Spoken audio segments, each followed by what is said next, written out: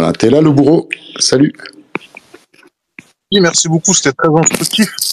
Salam alaikum aux concernés. Bonsoir. J'avais juste une question sur ce que vous disiez justement. Est-ce qu'on pourrait, en plus ça tombe bien avec fait au document, je lisais récemment un ouvrage qui m'a été conseillé d'Emmanuel Ratier sur le Bnai Brit. Et justement, j'aimerais avoir vos impressions. Est-ce qu'on pourrait relier tout cela au Bnai Brit, qui est une organisation maçonnique juive qui est toujours d'actualité? Merci pour la réponse par avance et je repasse en auditeur. Merci beaucoup.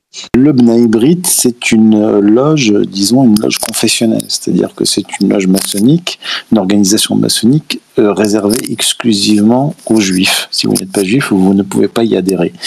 Et la spécificité du Bnai Brit, c'est que c'est une organisation maçonnique d'élite. C'est-à-dire que dans les autres loges, vous pouvez trouver des gens de différentes catégories sociales. Mais là, au Bnai Brit, d'après ce que je sais, c'est que c'est réservé aux juifs, mais aux juifs d'un certain rang. C'est-à-dire des gens qui occupent des places importantes dans le monde des affaires et dans le monde de la politique. Voilà, c'est pas réservé aux juifs de base du 19e arrondissement. Voilà. Okay. Et donc je disais que, comme je disais au début, je suis pas un spécialiste de la maçonnerie, mais à partir du moment où vous vous intéressez à certains mouvements historiques, idéologiques et politiques, que ce soit en Europe ou dans le monde musulman, vous ne pouvez pas passer à côté de la maçonnerie. On l'a vu, que ce soit les jeunes turcs, le réformisme, etc. Et tous les auteurs que vous lisez qui se sont penchés sérieusement, par exemple, sur les réformismes ou sur les jeunes turcs, tous abordent la maçonnerie. Tous. C'est pas quelque chose d'extraordinaire. Voilà. Bon, après, il y a des spécialistes, comme je vous ai cité Thierry Zarkon, mais il y a d'autres auteurs qui ne sont pas du tout des spécialistes de la maçonnerie, qui traitent de ces séquences historiques et qui évoquent la maçonnerie sans... voilà, en fait, avec Internet, c'est devenu quelque chose de sensationnel, mais il y a des tas d'ouvrages qui traitent de ce sujet-là sans sensationnalisme. Hein. C'est un sujet d'étude important comme un autre. Voilà. Alors, Zawi, salut. Bienvenue. Salam tout le monde. Merci Youssef. Salam. Moi, c'est deux questions en fait. La question concerne la période Abdelhamid II, qu'on considère tous comme un conservateur, mais en réalité, les guerres des Balkans et la guerre de la Crimée et du Caucase ont conduit après ça a donné la chute de Morad III et l'arrivée de Abdelhamid, qui a fait le plus de réformes, surtout réformes militaires, qui a conduit à une réforme politique, économique, administrative, qui a permis l'infiltration et l'éclosion des jeunes Turcs pendant ces 30 ans de règne. Ça concerne le côté ottoman. La deuxième question, elle va revenir un peu plus bas dans l'histoire. Est-ce que vous ne trouvez pas qu'il y a une similitude entre les Druzes et les kabbalistes juifs, sachant que les Druzes remontent leurs origines aux Fatimides et à Nabi Abdillah, surtout le fait que la religion ou les secrets ne se transmettent qu'à l'âge de 40 ans. Est-ce que vous faites un parallèle entre ces deux-là ? Alors, ce qu'il faut dire, c'est que les Druzes, c'est une minorité de la minorité, donc ils sont issus d'une branche du chiisme, je crois, de l'ismaélisme, comme les Alaouites et les Azéris en Turquie. Maintenant, sur l'apprentissage à partir de... les secrets délivrés à partir de 40 ans, je ne pense pas qu'il y ait un lien direct avec les kabbalistes, puisque, comme je l'ai dit, cette règle-là, de l'apprentissage de la Kabbale à partir de 40 ans après avoir étudié la Torah, le Talmud, apparaît au XVIIIe siècle. Elle apparaît au XVIIIe siècle dans les milieux ashkénazes. pas vraiment en Orient. Maintenant, est-ce que dans les, comment dire, est-ce que chez les Druzes ou les Alaouites ou les Ismaéliens, il y a des liens avec la Kabbale? Je dirais pas ça. Je connais mieux l'ismaélisme que les Alaouites et les Azéris. Et ce qu'on peut dire, c'est que l'ismaélisme dans l'islam, ça c'est très bien expliqué par Henri Corbin, est très influencé par le gnosticisme. Et en fait, le gnosticisme dont on parle en Occident, qui s'est répandu dans la Méditerranée, tire ses racines dans le mazdéisme, c'est-à-dire l'ancienne religion iranienne. Donc il est normal qu'on retrouve, notamment dans certains courants du chiisme, des idées gnostiques qui sont en fait des idées mazdéennes. Exactement, on les retrouve d'ailleurs aussi, parce que moi je suis kurde de Turquie, mais c'est-à-dire ma famille est alévi, hein. Donc mais pas alévi, parce que les alévis en fait ça se divise en plusieurs branches. Et t'as une c'est partie alévi, pardon, j'ai dit azéri, ouais, je pensais à alévi, pardon. Ouais. Pardon pour les azéris, j'ai confondu azéri et alévi. Je voulais dire alévi, pardon. Et donc là, tu vois, t'as des branches, les Bektashi, ils les mettent dans les Alévis aussi. Tu les retrouves dans les Balkans, etc. Et tu retrouves un peu de mazdéisme, un peu de christianisme ici et là dans leur rituel. Il y a tout plein d'ouvrages il y a tout plein de sources qui le montrent. Moi-même, je le vois de mes propres yeux quand je vois leur rituel, etc. Notamment, il y a comme un culte du feu quand même, c'est-à-dire. Bah oui, c'est le mazdéisme. Hein. Voilà, hein, là on a ouvertement le mazdéisme, quoi. Ouais. Et puis après, bon, moi je le vois dans des spécificités linguistiques, par exemple, chez mes arrière-grands-parents, tu décèles des mots, des trucs comme ça, puis tu te rends compte que voilà, c'est pas du tout musulman, quoi. Là, il y a quelque chose de un peu chamanique, quelque chose de voilà. Et tu vois que c'est quelque chose de pré-islamique, voire même pré-chrétien, quoi.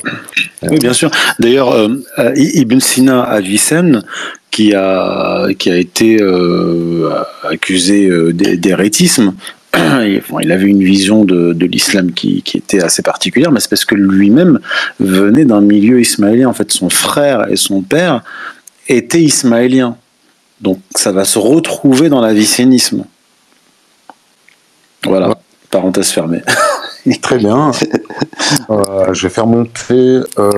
Et d'ailleurs, Henri Corbin, qui est un grand spécialiste, c'est lui qui a fondé l'école d'iranologie, qui est un grand spécialiste du chiisme et de l'ismaélisme, et préférait très largement ces courants-là au sunnisme. D'ailleurs, on le sent on sent une grande admiration pour Avicenne, par exemple, et une détestation d'Abou Hamid al-Ghazali chez Henri Corbin.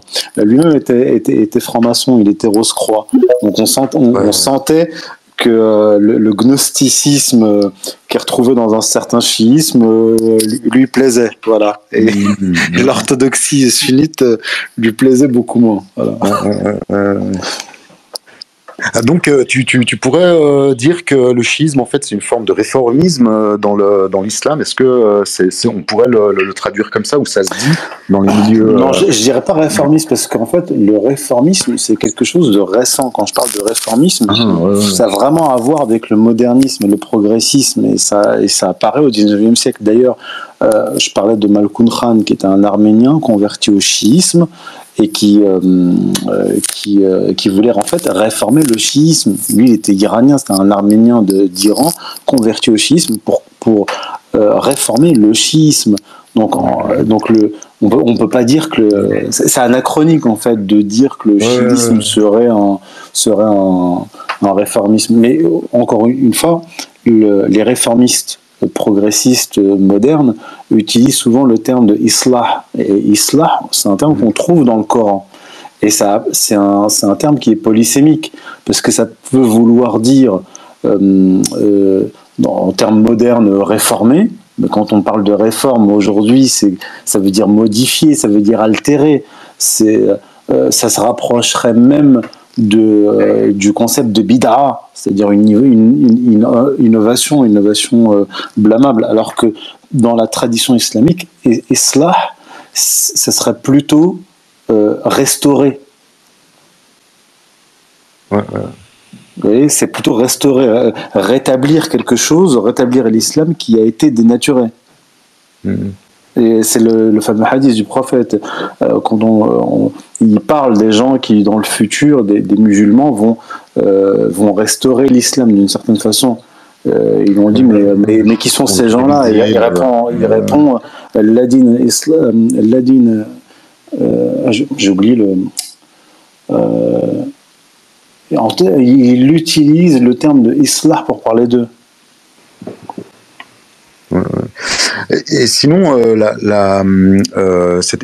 Zawi, il avait posé la question sur c'était l'armée et le passage des réformistes à travers l'armée ou la politique, etc., soit Abdul Hamid. Alors, mais ça, tu l'avais déjà développé un peu, mais si tu le demandes. En fait, puis ensuite, je donne la parole à Big Boss qui lève la main. En fait, à l'époque d'Abdul Hamid, donc l'Empire ottoman au XIXe siècle, la deuxième partie du XIXe siècle, l'Empire ottoman était déjà décentralisé et il subissait en son sein déjà des réformes et des tentatives de réforme. Quand Abdul Hamid arrive au pouvoir, le mouvement réformiste à la tête de l'Empire ottoman, il est déjà enclenché. Les aristocrates, un certain nombre d'aristocrates, d'intellectuels, d'hommes politiques ottomans sont, comme j'ai dit, francs-maçons et ils sont déjà engagés dans la réforme. D'accord. Big Boss, salut. Bienvenue. Salut, merci pour le space. Bonsoir à tous. Bonsoir Youssef. Bonsoir Mehmed. Alors Mehmed, chez toi on dit Merhaba, donc je te dis Merhaba. Et une petite question pour Youssef, merci pour cette histoire, parce qu'il a refait un peu l'histoire. Enfin, il n'a pas refait, mais il a dit l'histoire. Enfin, selon son point de vue, c'est très bien. Moi, j'avais une question à lui poser qui intéresse tout le monde entier. Alors, s'il arrive à répondre, bravo. Le monde musulman d'aujourd'hui, est-ce qu'aujourd'hui, qui sont les pays qui sont sous l'influence maçonnique et qui sont les pays qui ne le sont pas? Ou est-ce qu'ils le sont tous, comme certains pensent, ou est-ce qu'ils ne le sont pas tous? Ça, c'est la vraie question que tout le monde se pose. Si tu arrives à répondre à ça, vraiment, merci beaucoup. Merci encore pour le space, merci. D'accord, vas-y, question jackpot. Alors, il parle des pays musulmans ou en général? Non, les pays musulmans d'aujourd'hui, que ce soit la Turquie, la Syrie, l'Égypte, le Maroc, tout ce que tu veux, c'est en général, vraiment, tous les pays. La difficulté avec la maçonnerie, c'est qu'il est beaucoup plus facile de parler de son influence historique parce que c'est documenté, donc on a le recul historique, que d'en parler en temps réel. C'est-à-dire que beaucoup de choses qui se sont passées dans le monde musulman, ou même dans le monde occidental, cette histoire maçonnique, au moment présent, quand ça se déroule, il est beaucoup plus difficile d'identifier l'influence maçonnique. Après coup, c'est beaucoup plus facile. Par exemple, la Turquie. Qui aujourd'hui est capable de dire en Turquie qui est sabbatéen, qui est Donmei, alors là-dessus, j'aimerais, je vais t'apporter des éléments. Je suis content de pouvoir apporter des parce que comme je suis malade de la Turquie, tu vois, et que je suis tout, etc. Depuis les années 90, on a des auteurs de gauche principalement qui ont amené l'onomastique en Turquie et donc qui ont commencé à analyser les pierres tombales, à faire des généalogies, etc. Et puis après, ça a été repris en fait par des courants islamiques qui, justement, ils avaient des éléments tout d'un coup pour dire voyez, regardez, il y a des sabbatéens partout, quoi, en fait. Et à partir de là, il y a toute une mode qui a commencé à apparaître en Turquie, et puis principalement au début des années 2000, comme on dit, crever l'abcès, c'est-à-dire qu'avec l'arrivée d'Erdogan, tout ça s'est démocratisé en fait, à tel point que tout le monde a commencé à montrer du doigt tel et tel sabbatéen, tel et tel, etc. Et on a dans le people, dans le paparazzi turc, tout plein de personnalités qui ont commencé à dire oui, bah, je suis sabbatéen, et alors, etc., etc. Donc on a eu une phase de sorte de normalisation du fait d'être sabbatéen, et d'ailleurs les Turcs appellent ça en fait les beyaz turcs, les Turcs blancs. Oui, les Turcs blancs, les Turcs noirs. Ouais. On est sur le damier avec le noir et le blanc de nouveau. Enfin bref, tu vois, il y a toujours des parallèles qu'on peut faire.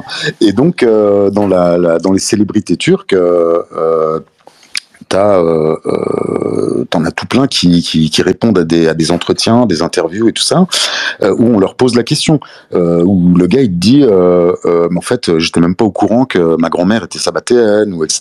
D'autres te disent que en fait ils se sont au fil du temps islamisés, qu'ils ont plus rien à voir avec les sabbatéens, etc. Et ça a créé en fait une espèce de débat public, et la question c'est pas qu'elle est close en Turquie, mais il y a plus de tabou en fait sur la question, et effectivement les gens savent qui est sabbatéen et qui ne l'est pas.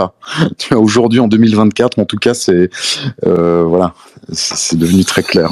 Il y a en fait, tu as parlé des Turcs blancs. Les Turcs blancs sont les héritiers des jeunes Turcs qui viennent plutôt du haut de la société, et les Turcs noirs sont ceux qui viennent du bas de la société, plutôt des prolétaires. Et certains identifient Erdogan comme un ancien Turc noir. Je ne sais pas si tu confirmes. Oui, je confirme. D'accord, voilà. Exactement. Voilà. C'est donc effectivement, lui, il ne vient pas de la bourgeoisie occidentaliste. Il vient vraiment du populo. Il vient d'un quartier qui s'appelle Kasımpaşa à Istanbul. Aujourd'hui, si vous allez dans ce quartier, vous allez voir que c'est très très populo, et en fait, vous serez même d'ailleurs très dépaysé. Il faut faire attention au porte-monnaie. Il y a des pickpockets. Il y a un peu de délinquance dans le quartier. Voilà. Il y a un très bon hammam dans le quartier historique, et je crois que c'était le fameux je l'ai au bout de la langue, l'architecte ottoman le plus connu. Enfin, bref, ça me reviendra, peu importe. Donc vous avez un hammam de cet architecte ottoman, Sinan, voilà. Ouais, l'architecte Sinan. Et donc voilà, c'est un hammam historique. Sinon, le quartier il est complètement populo, quoi. Donc, enfin voilà. Sinon, pour faire circuler la parole, je vois il y a médicaments. Je te fais monter. Salut médicaments, bienvenue. Donc moi je me présente, Jean-Louis, converti. Et en fait, pourquoi je vous dis ça? Parce que j'ai travaillé avant chez les francs-maçons à la Grande Loge régulière de Belgique, rue Royale, et j'étais le responsable de la conciergerie et de ce système franc-maçon. Et je devais aussi, dans le secrétariat, envoyer les courriers en Turquie, au Maroc, en Tunisie, un peu partout. Donc j'ai vu qu'il y avait des ponts. Et quand évidemment je me suis converti, j'ai compris que derrière toutes ces personnes qui pensent bien agir, eh ben, il y a l'enfer au bout du tunnel. Et je pense pas que c'est des gens qui veulent le mal. Je pense au contraire que même les musulmans qui rentrent dans des loges maçonniques pensent bien agir, mais s'égarent en pensant bien agir. Et en fait, je voulais éveiller une question en vous.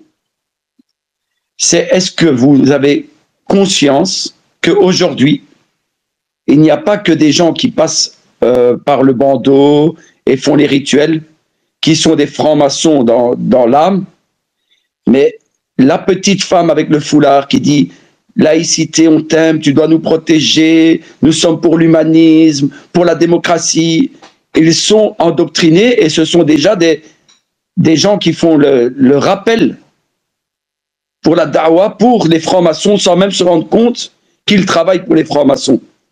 Et qu'il serait grand temps qu'on prenne conscience, nous les musulmans, que l'islam est incompatible avec les systèmes démocratiques sataniques, liberté, égalité, fraternité, on n'a rien à voir. C'est pas un tunnel, c'est une question. Bah, elle est longue, ta question. Eh ben voilà, est-ce que vous êtes conscient, en résumé, est-ce que vous êtes conscient Est-ce que vous êtes conscients, vous les musulmans, ou peut-être que vous êtes des francs-maçons et que vous êtes en train déjà de faire la dawa pour eux sans vous rendre compte? C'est plus simple, c'est pas trop long. Je peux répondre. Merci. Ouais, vas-y, c'est bon. Bah, en fait, là, ce dont vous venez de parler, c'est l'influence idéologique par le haut. C'est-à-dire que la maçonnerie véhicule des idées, des idéologies, et en fonction des époques, ça évolue. On est parti du libéralisme, du progressisme à aujourd'hui le LGBTisme, mais aussi le féminisme. C'est-à-dire un certain nombre de personnalités d'origine maghrébine, anti-islam, féministes, qui ont reçu un prix maçonnique. Je ne sais plus si c'était le Grand Orient ou la Grande Loge de France. Donc il y a une véritable influence. Alors, il n'y a pas que la maçonnerie. Il n'y a pas que la maçonnerie qui véhicule ces idées-là. Si encore avec la maçonnerie, ça irait. Mais c'est véhiculé par toutes les voies possibles. À l'école, dans les grands médias, les institutions internationales, l'État français, les différents États occidentaux et ainsi de suite. Donc c'est pas seulement la maçonnerie. Si c'était circonscrit encore à la maçonnerie, ça irait. Le problème, c'est que ces réseaux-là, ces réseaux d'influence, sont portés par des idéologies qui le diffusent. Donc, c'est pas seulement la maçonnerie. C'est une lutte entre le progressisme, on pourrait aussi appeler le modernisme, à toute forme de tradition religieuse, de continuité culturelle, de valeurs traditionnelles. C'est une lutte à ce niveau-là, hein, qui est beaucoup plus générale. Parfait. Albert Ali, salut. Je vois que tu lèves la main. Ah, Albert Ali. Oui, bonsoir tout le monde. Salam alaikum concerné, comme dirait l'autre, je ne sais plus qui dit ça. En introduction, je voudrais commencer par dire que je me désolidarise totalement, bien entendu, de toute l'ambiance complot belgeo-française réunie ici. Mais bon, ça reste quand même un sujet intéressant. Plus sérieusement, je voulais, je te salue, Youssef, j'espère que tu vas bien, ainsi que notre ami Mehmet. Le Kardashe aux épaules larges. En fait, ce que je voulais dire, il y a un point qu'il faudrait souligner qui est intéressant, c'est qu'on a dans le débat public français, notamment dans le discours médiatique, une espèce de discours suspicieux sur des tentatives. Oh, qu'est-ce qu'il y a de la marmaille à la maison qui fait du bruit là? C'est toi, Youssef? Ouais, j'ai de la famille là. Ah ok, excuse-moi alors. Non, donc je disais donc, c'est assez étonnant de constater que dans le débat public aujourd'hui, on nous dit qu'il faut lutter contre tout entrisme musulman, voire musulmaneux, voire encore plus islamiste, c'est-à-dire qu'en gros, il y aurait des forces obscures, plus ou moins dissimulées, plus ou moins cachées, qui auraient pour vocation de transformer sur le plan sociétal, et pourquoi pas à terme la superstructure juridique française, avec donc des velléités d'influence, de transformation sociale, etc. Donc grosso modo, on accuse aujourd'hui, en tout cas on suspecte certains musulmans d'avoir des velléités politiques dissimulées, et donc finalement qui voudraient transformer les mœurs françaises, n'est-ce pas,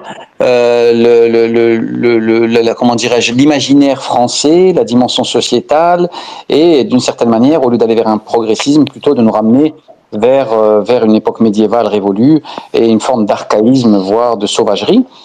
Et on n'interroge jamais le fait que, dans le sens inverse, les mouvements progressistes, ici on parle a priori de la franc-maçonnerie, il y a beaucoup de choses qui ont été écrites sur le sujet, mais on remet jamais en cause l'idée que les idéologies extérieures, c'est-à-dire en l'occurrence ici les organisations d'influence, de pensée, de libre pensée, de de remise en question de la dynamique de l'histoire et dans une vision révolutionnaire, donc que ce soit une certaine franc-maçonnerie, que ce soit aussi le socialisme, le progressisme aujourd'hui, le communisme à une époque, le marxisme-léninisme même, ont été expérimentés dans le monde musulman. C'est-à-dire qu'on n'a jamais considéré que c'était quelque chose d'anormal, que ces idéologies extérieures au monde musulman puissent avoir des projets sociétaux pour ces pays, s'y implanter et continuer. On sait effectivement, par exemple, comment un certain nombre d'idéologies, particulièrement venues de France, ont participé à démanteler l'empire califal turc, donc ottoman, pour amener la République turque laïque. Donc c'est quand même quelque chose d'énorme, c'est une révolution immense, comme ça a été une révolution incroyable, la révolution française qui a renversé un ordre pluriséculaire, plus que millénaire, qui était la monarchie de droit divin à la française. Et donc aujourd'hui, en fait, on considère que c'est tout à fait normal, ça ne n'est jamais remis en question. Et dans l'autre sens, des idéologies venues de l'extérieur, bon, par exemple le communisme, on a combattu, on a endigué, même il y avait la fameuse politique d'endiguement, on a eu un macartisme forcené aux États-Unis, on a eu une politique d'endiguement en Europe pour empêcher une idéologie qui pourtant est européenne, le marxisme, léninisme, communisme, socialisme, qui est quand même né en Europe. On a tout fait pour éviter son influence et son installation, mais l'inverse, visiblement, n'est pas discuté, n'est pas contesté. On trouve parfaitement normal ça. Et aujourd'hui, dans la logique actuelle, qui est de la grande influence à l'échelle mondiale du progressisme woke, notamment du LGBTisme, etc., qui n'est pas simplement l'idée de lutter pour des minorités, pour des droits divers, mais une véritable infrastructure idéologique d'influence, féminisme plus LGBTisme aujourd'hui, eh bien, c'est parfaitement, incontesté, légitimé par le discours médiatique. Et inversement, on soupçonnerait plutôt certains musulmans d'une forme d'organisation occulte qui voudrait transformer la société. Donc je souligne ce paradoxe et j'aimerais bien entendre Youssef dessus, et pourquoi pas Mehmet, puisque comme il est Kurdesh, il a des choses sûrement à nous dire du fait que son pays d'origine a visiblement subi un peu, c'est le moins qu'on puisse dire, ce bouleversement. Merci. Alors moi, je préfère donner mon avis sur un space cool, chill, relax, avec, tu vois, où on discute comme ça. Je préfère privilégier Youssef parce que je m'exprime beaucoup sur les spaces, donc vas-y Youssef. Ouais, mais c'était quoi la question? Parce que j'écoutais religieusement. Albert, moi, c'est gentil, Albert. C'est typique Albert. La question, si tu veux, la question, c'est comment expliquer cette contradiction qu'il y a dans le discours public, on va dire occidental en général, où on soupçonne à l'intérieur des minorités d'avoir justement des velléités d'influence idéologique, disons d'être des francs-maçons dissimulés à la musulmane, en gros, et inversement, les idéologies exportées vers le monde de l'islam, que ce soit la franc-maçonnerie au 18e, 19e, les idées socialisantes, le marxisme, léninisme, etc. Eh bien, en fait, on a toujours considéré que c'était une forme peut-être même de progressisme, de modernité que le monde musulman a refusé. Donc, il y a quand même un paradoxe qui me paraît évident. Et comment l'expliquer? Parce que c'est plus clair comme ça. Oui, alors ça renvoie... Ne m'écoute pas religieusement, mais laïcisement, c'est quand même mieux. Non, ça renvoie à la lecture de la géopolitique d'Arnold Toynbee, qui parlait à l'époque, c'est lui, hein, le père de l'expression choc des civilisations, mais lui, son choc des civilisations n'est pas celui qui a été repris, qui a été plutôt perverti par Bernard Lewis après lui. Le choc des civilisations de Toynbee dans les années 40, c'était la guerre du modernisme qui a gangréné l'Occident, qui a possédé l'Occident, qui est devenu l'Occident, l'Occident qui est devenu moderniste, qui s'est lancé dans des guerres contre le reste du monde. En fait, lui, il interprétait la colonisation non pas simplement comme un système de prédation et de domination, mais une guerre de la modernité contre toutes les traditions. Et il disait, la colonisation, en fait, c'est la guerre que mène la modernité contre toutes les traditions en Afrique, l'orthodoxie et l'islam. Il en parle dans un livre qui s'appelle l'Occident, l'islam et le futur.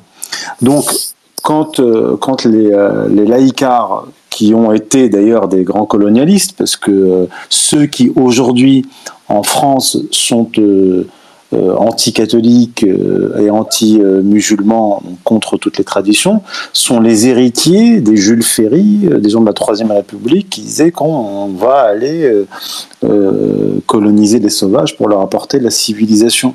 Donc il y a toujours cette idée-là. La civilisation, en fait, c'est le modernisme, c'est le progressisme. Au XIXe siècle, c'était une forme de progressisme et de modernisme, comme je le disais, et aujourd'hui, leurs héritiers sont des progressistes d'un autre genre. C'est-à-dire que avant c'était il y avait des côtés positifs, c'est-à-dire qu'il y avait les hussards de la République, donc le développement de l'éducation des enfants, même le culte de la raison, de la science, etc., qui pouvait avoir des côtés positifs, mais aujourd'hui c'est le culte du nihilisme, du LGBTisme. Donc c'est exacerbé, c'est-à-dire ce choc idéologique, ce choc des civilisations entre modernisme aujourd'hui qui est un modernisme dégénéré et les traditions, est encore plus l'opposition est encore plus radicale, l'antagonisme est encore plus net, et la virulence l'est d'autant plus. Alors là où il y a aussi une contradiction, c'est chez les gens de droite, c'est-à-dire que les gens de droite qui sont des anti-musulmans ne s'en rendent pas compte que là je parle pas de l'immigration. L'immigration, c'est autre chose. Mais les gens qui attaquent l'islam, pas seulement l'immigration, mais l'islam, ne se rendent pas compte qu'ils ne s'attaquent pas seulement aux immigrés de confession musulmane sur le territoire français, ils s'attaquent à une religion, une civilisation de près de 2 milliards de personnes à travers le monde, qui est censée être leur rallié naturel contre le wokisme et le LGBTisme. Donc contre le nihilisme. Ils ne se rendent pas compte qu'en fait ils sont d'une certaine façon les alliés objectifs de ces wokistes, en s'attaquant à une autre religion qui, elle, conserve en fait ce qu'il y a à conserver.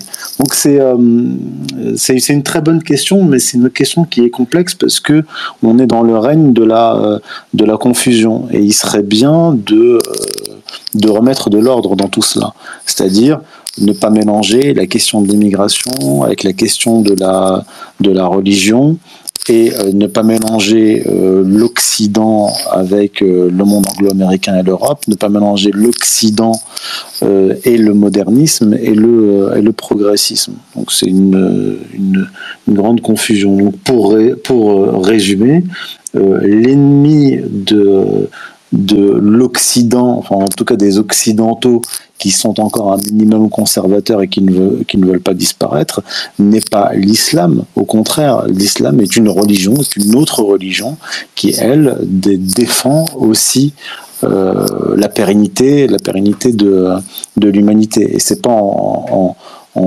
combattant ou en attaquant une religion qui concerne une grande partie de l'humanité qu'ils vont régler le problème fondamental. C'est-à-dire que si tous les musulmans quittaient la France, eh ben, les Français, ils auraient toujours Macron et Gabriel Attal à leur tête. Ils auraient toujours le LGBTisme. Ils auraient toujours cette propagande-là. Ça ne changerait pas grand-chose à l'affaire. Très bien. Je vais faire circuler la parole. Bip, vas-y. Bonsoir tout le monde, salam alaikum. Ça va être assez court, je vais faire super court, Youssef. D'abord, je voulais vous remercier pour l'ensemble de votre œuvre. Franchement, que Dieu vous vienne en aide pour la suite. Je suis un fervent lecteur et un servant. Je suis tout ce que vous faites en fait, et avec Vernochet, avec Achachi, la classe. Franchement, je remercie Dieu d'avoir mis des gens comme vous sur terre. c'est léger comme compliment. Alors la suite que je voulais, il y a un gros questionnement en tant que musulman, moi qui me fait vraiment souffrir en tant que moumen, c'est et je vous pose la question assez brutalement, peut-être ça demandera beaucoup plus de temps, mais si vous pouvez déjà faire une ébauche. Et vous en avez déjà parlé dans vos textes, mais je trouve que je trouve pas ça. Bon, contrairement au reste, c'est pas très très clair pour moi. Pourriez-vous faire un lien entre le wahhabisme et le sionisme? Alors, il n'y a pas de lien direct, c'est-à-dire que le wahhabisme qui naît au XVIIIe siècle en Arabie n'a pas de lien direct avec le sionisme tel qu'il est apparu à l'époque moderne. Je ne parle pas du sionisme messianique qui est beaucoup plus ancien, mais le sionisme politique tel qu'il apparaît. Oui. Ouais. Vous voulez, je me permets de me mettre l'usage d'arabesques de ce genre, comme vient de le faire Bip, parce qu'on comprend pas tous la langue du désert. Et quand il a dit mumine, là, je sais pas quoi, ça serait bien d'expliquer, de traduire pour nos oreilles francophones. Merci. Il a dit mumine, et en tant que mumine, j'ai pas bien compris. Ouais, oui, d'accord, mais malheureusement, on est beaucoup. Je pense qu'on est beaucoup dans le auditoire. Si tu veux, je te ferai un petit cours en direct. Merci. Bah, il a dit en tant que musulman, et donc okay. voilà. Après, voilà, exactement. Mais il le savait. Ce serait bien qu'il fasse du silence. Merci, s'il vous plaît. Merci. D'accord. Il a parlé de mu'min. Bon, je reprends. Donc, il n'y a pas de lien direct. Par contre, lorsque la Première Guerre mondiale éclate, et même à la veille de la Première Guerre mondiale, il y a différents mouvements dans le monde arabe, dont fait partie le wahhabisme, qui va jouer un rôle important dans le découpage du monde musulman.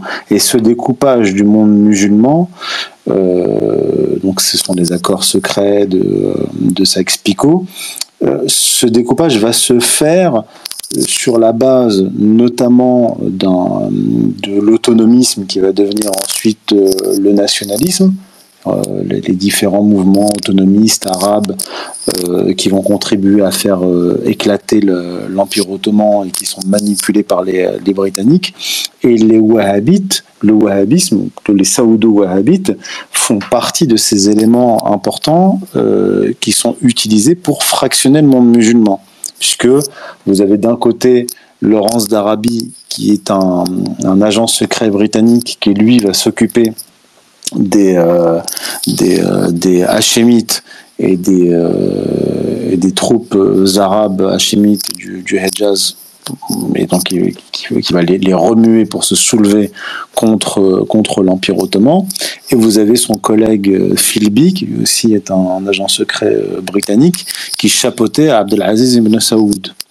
Et donc ils vont mettre sur le feu ces différents mouvements. Même en Arabie, il y a la grande tribu de Rachid qui va être chapeautée aussi par les Britanniques, et finalement les Britanniques vont favoriser les Saouds. Donc les Saoudo-Wahhabites vont prendre une grande partie de l'Arabie qui va devenir l'Arabie saoudite, les Hachémites vont prendre la Jordanie et l'Irak, et ils vont se partager tout ça, et chaque groupe, les Hachémites d'un côté, il va y avoir une rivalité entre les frères qui vont se partager la Jordanie et l'Irak, les Saoudo-Wahhabites en rivalité avec les Rachides qui vont finir par prendre l'Arabie, etc.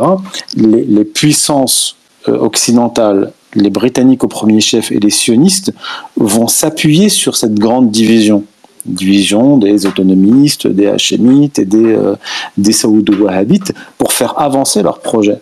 Et du coup, finalement, il va y avoir une solidarité dans les débuts avec les Palestiniens, mais les décennies passant et les États arabes s'étant formés et l'égoïsme, disons, nationaliste commençant à s'ancrer, ils vont peu à peu abandonner la cause palestinienne.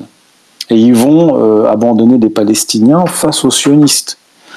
Donc le lien direct n'est pas établi. On ne peut pas dire que le wahhabisme est apparu pour soutenir les sionistes, mais le wahhabisme, les saoudo-wahhabites vont être utilisés par la suite pour faire avancer le projet sioniste. D'ailleurs, les wahhabites qui sont hanbalites et qui se disent traditionnalistes musulmans ne voudront pas rétablir le califat. C'est-à-dire que même l'idée même du califat qui réunissait les musulmans a été enterré par les réformistes, et ceux qui sont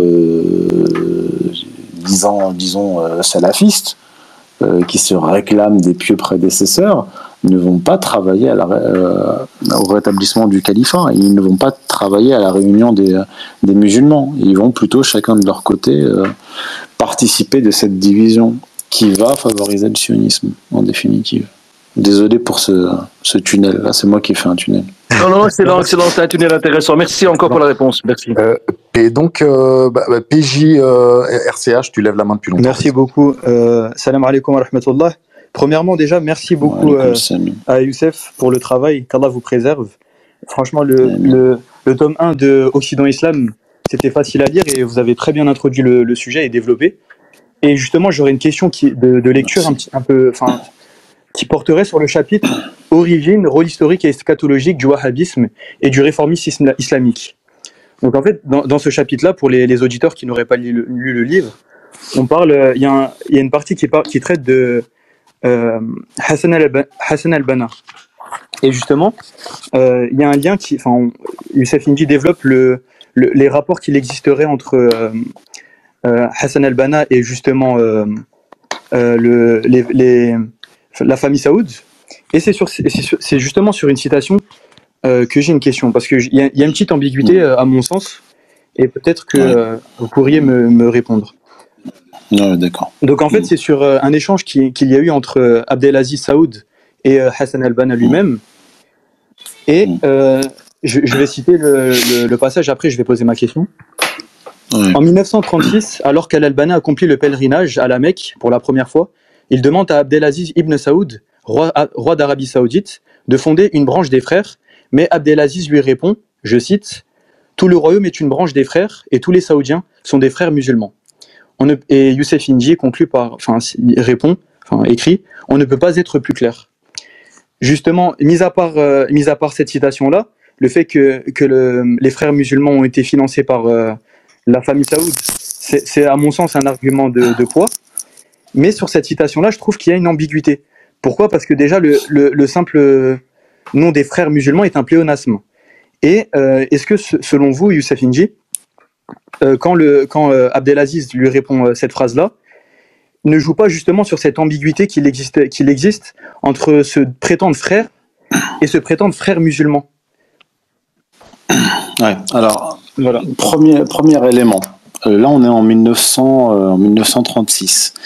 Le lien entre les wahhabites et les frères musulmans n'est pas très net. Par contre, un des maîtres, des personnalités qui a influencé Hassan al-Banna est Rachid Rida. Rachid Rida, dans les années 20, début des années 20, va travailler pour les saoudo-wahhabites. C'est-à-dire que lui c'est un élève de Mohamed Abdou, lui et plusieurs de ses camarades, qui sont également des élèves de Mohamed Abdou, vont défendre le wahhabisme. Ils vont défendre Mohamed ibn Abdul Wahhab. Et en fait, il était à cette époque-là payé par les Saouds pour propager le wahhabisme dans le monde arabe, à commencer par l'Égypte. Et lui, Rachid Rida, qui est un maître de Hassan al-Banna, va avoir une influence sur Hassan al-Banna, mais le frérisme lui-même, Hassan al-Banna lui-même, n'est pas n'est pas directement influencé par le wahhabisme. Mais il y a un lien entre les deux. Maintenant, le deuxième élément. Quand Abdelaziz ibn Saoud lui dit ça, il y a une ambiguïté, pas chez moi, mais dans les propos d'Abdelaziz ibn Saoud. On ne sait pas s'il lui dit que tous les musulmans, que tous les Arabes de la péninsule arabique, d'Arabie Saoudite, sont des frères musulmans, en tout cas liés aux frères musulmans, ou s'ils sont tout simplement des musulmans, donc il n'y a pas besoin de l'implantation des frères musulmans en Arabie Saoudite. Mais le lien, il est celui-là, c'est-à-dire que le lien entre le wahhabisme et Hassan al-Banna, il est en amont de Hassan al-Banna et des frères musulmans. D'ailleurs, les troupes que va utiliser Abdelaziz ibn Saoud avant la Première Guerre mondiale et après la Première Guerre mondiale pour conquérir l'Arabie et tenter de conquérir l'Irak, s'appellent les Ikhwan. Ce sont les frères.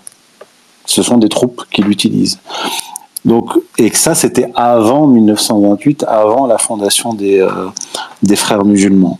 Par la suite, il va y avoir un soutien apporté aux frères musulmans par l'Arabie saoudite, notamment à la demande des Américains. Un certain nombre, à l'époque de Nasser, quand les frères musulmans vont être persécutés, un certain nombre de frères musulmans vont se réfugier en Arabie saoudite et ils vont être soutenus pendant plusieurs décennies par l'Arabie saoudite jusqu'à la fin des années 70. Après, les Saoudiens vont accuser les frères musulmans de subversion et vont cesser de les soutenir et vont même s'opposer à eux. Mais durant des décennies, c'est-à-dire de la création des frères musulmans, plutôt de l'époque Nasser, quand les frères musulmans seront en difficulté jusque dans les années 70, les liens entre les frères musulmans et l'Arabie saoudite et les Saouds sont très clairs. Il n'y a pas d'opposition entre le wahhabisme et le frérisme jusqu'à cette époque-là, jusqu'à la scission.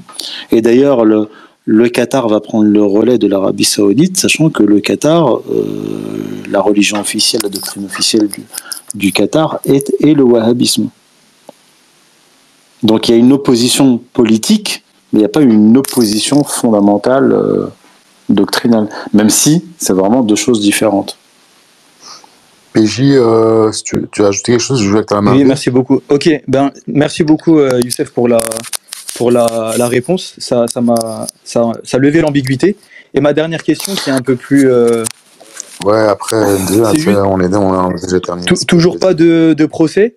Et le prochain livre qui a été annoncé, est-ce qu'on peut avoir un peu plus d'informations? Oui, ce sera sur le conflit israélo-palestinien des origines à nos jours. Wow, ok. Inch'Allah. Et donc toujours pas de procès. Non, toujours pas. je vous remercierai de faire des doigts pour moi, des prières. Voilà. Merci beaucoup. Dieu continue à me protéger. Toujours pas, mais je suis pas pressé. Hein. Je suis pas impatient. Voilà. Y a Drummond qui est de passage par ici. Là. Salut Drummond. Ouais, bonsoir à tous. Moi rapidement, j'ai envie de revenir sur le sujet franc-maçonnerie dans le monde musulman, puisque bon, après là, on s'égare un peu. Mais je pense qu'on a très bien expliqué. En tout cas, vous avez très bien expliqué, voilà, l'histoire un peu de la franc-maçonnerie, dans le monde musulman, l'Empire ottoman, chez les Turcs, etc. Mais maintenant, le truc, c'est de voir actuellement. Est-ce qu'il y a encore une franc-maçonnerie dans le monde musulman ou peut-être même à l'avenir? Et moi, là, j'ai une question qui me taraude un peu. Après, je sais pas ce qu'il en pense, Youssef Indy. Est-ce que je fais fausse piste ou pas? Mais en ce moment, il y a un personnage, là, depuis quelques années, il est en train d'émerger. Il s'appelle Idriss Aberkan. Je pense que tout le monde le connaît. Et c'est quelqu'un qui se revendique musulman, etc. Et moi, j'ai cherché un peu. C'est quelqu'un qui aime beaucoup Jacques Attali et qui cite beaucoup Jacques Attali. Et Jacques Attali, il avait dit, il y a pas très longtemps, qu'il fallait faire émerger une bourgeoisie au sein de l'islam. Et vous l'avez expliqué tout à l'heure que en fait la franc-maçonnerie ça a toujours émergé par le haut, c'était une certaine classe, une certaine caste. Et là derrière, après moi pourquoi je vous dis ça? Quand j'ai vu Idriss Aberkan qui a commencé à dire ouais pourquoi pas le Sinaï pour les Gazaouis et tout. En plus voilà Jacques Attali il est un peu fan. Donc j'aimerais savoir ce que tu pourrais en penser de tout ça et de peut-être de futur Idriss Aberkan et de quel rôle il pourrait jouer dans la communauté musulmane française. Voilà, c'est rapide. D'accord, ça sera la dernière réponse à la dernière question. Alors, on va reprendre les choses chronologiquement. Jacques Attali, en 2007, durant une conférence devant l'organisation des Juifs unifiés, j'ai oublié le nom, qui a été longtemps financé, peut-être c'est toujours le cas par Rothschild, déclare que nous, les Juifs de France, nous devons faire comme les Juifs d'Angleterre, c'est-à-dire prendre en main la bourgeoisie musulmane qui est en train d'émerger. Les Juifs d'Angleterre financent des mosquées et nous devrions faire la même chose. Donc ça, c'est clairement un discours tenu par Attali. Donc c'est une stratégie qui est proposée par Attali de mettre la main sur la bourgeoisie musulmane et donc mettre la main sur des figures de la bourgeoisie musulmane. Quelques années plus tard, Aberkan émerge. Je ne dis pas qu'il y a un lien entre la déclaration de Attali et l'émergence d'Aberkan. Il n'en demeure pas moins qu'en 2017, quand j'avais fait des recherches sur lui en 2020, parce qu'il avait rejoint Michel Onfray, je m'étais jamais intéressé à lui avant. En faisant quelques recherches, en posant des questions à droite à gauche, je découvre qu'il avait participé à une conférence de Positive Planet, qui est une ONG de Jacques Attali. Et avec Aberkan, il y avait Jacques Attali, Anne Hidalgo, etc. Il a aussi participé à une émission à Radio France avec Jacques Attali. Et je l'ai entendu chez Thinkerview défendre Jacques Attali en disant oui, il est mal perçu en banlieue, mais je vous assure que c'est pas du tout ce qu'on en dit. En gros, c'est quelqu'un de bien, il est gentil.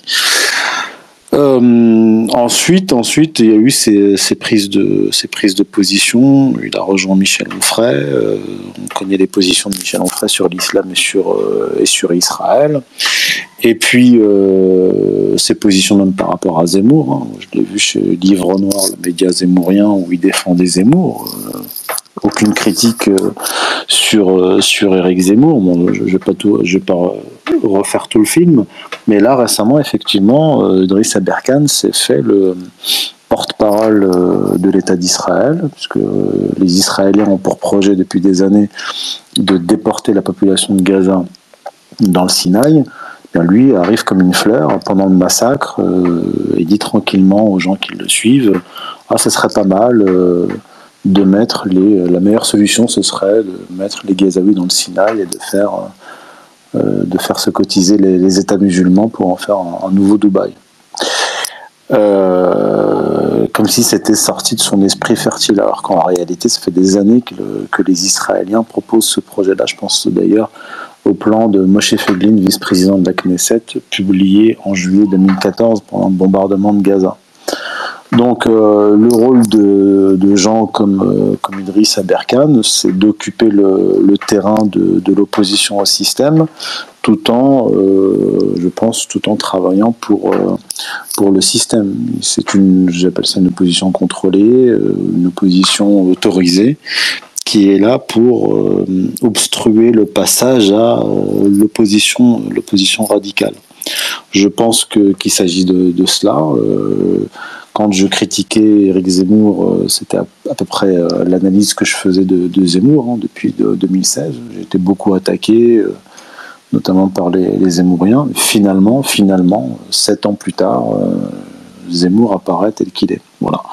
Donc, et aujourd'hui, effectivement, Aberkan est en difficulté parce que il apparaît clairement là qu'il fait de la retape pour Israël. Donc voilà, il suffit d'attendre et le temps fait son œuvre. Voilà. Très bien. Albert Ali, tu lèves la main depuis longtemps, on est arrivé au bout. Rapidement, j'ai vu qu'il y avait, un post de notre, Soliman, Soliman Ier, hein, qui prétend descendre d'une dynastie du désert algérien, qui est notre militant préféré, un Français de souche extra-européenne, militant de la Macronie a priori, qui a posté un certain nombre d'éléments et qui soulève une question notamment par rapport à un post que tu aurais fait, Youssef. Je ne sais pas si tu as envie d'y répondre ou pas. Voilà. C'est je vois ça où? Je vois ça où parce que... En fait, il paraîtrait que tu aurais dans ton blog dénoncé en 2020 un lien entre Assa Traoré et les Rothschild et que la passionnara racialiste Assa Traoré, l'extrême gauche,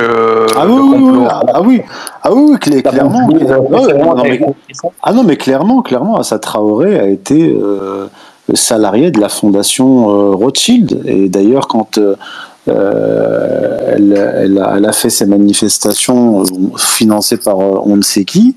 Eh bien, elle a pris un arrêt maladie je crois de plusieurs années.